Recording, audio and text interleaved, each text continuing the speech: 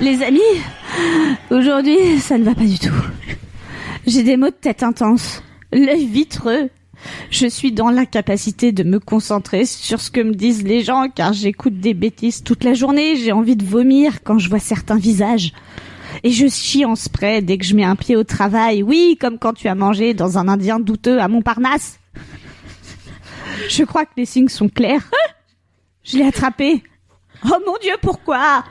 Pourquoi est-ce que ça m'arrive à moi ? Pourtant, c'est simple.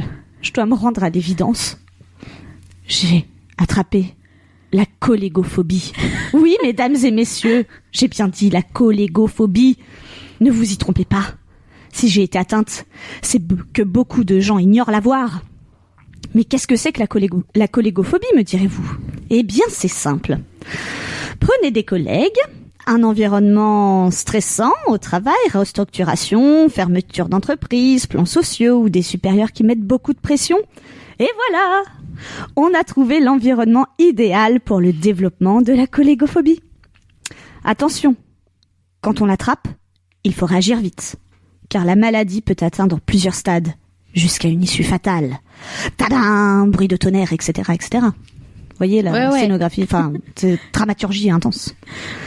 Stade 1. Ce que j'appelle le stade rougeur et démangeaison. Ça gratte. L'agacement commence à peine. On trouve que Maurice n'en fait qu'à sa tête, mais on se raisonne et on fait avec.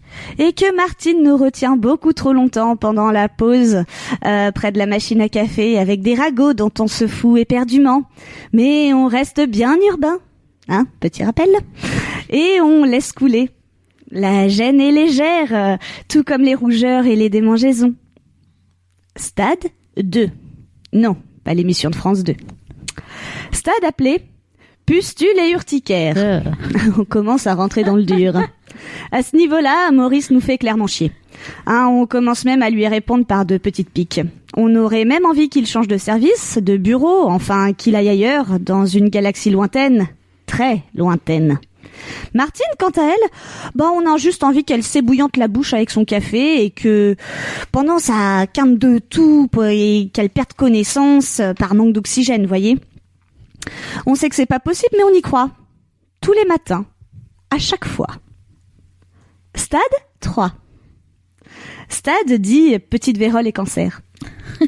Parce que à ce niveau-là, la colère et l'amertume nous rongent. Là, on a passé un cap. On ne peut plus les encadrer, Maurice et Martine. On rêve simplement qu'ils meurent dans d'atroces souffrances, car les flammes de l'enfer seraient encore trop douces pour eux. On aimerait ne plus remettre les pieds au bureau, y poser une bombe, c'est selon.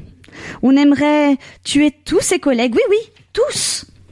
Car à ce stade, on ne fait plus la différence entre ceux qu'on aimait bien et ceux qu'on déteste.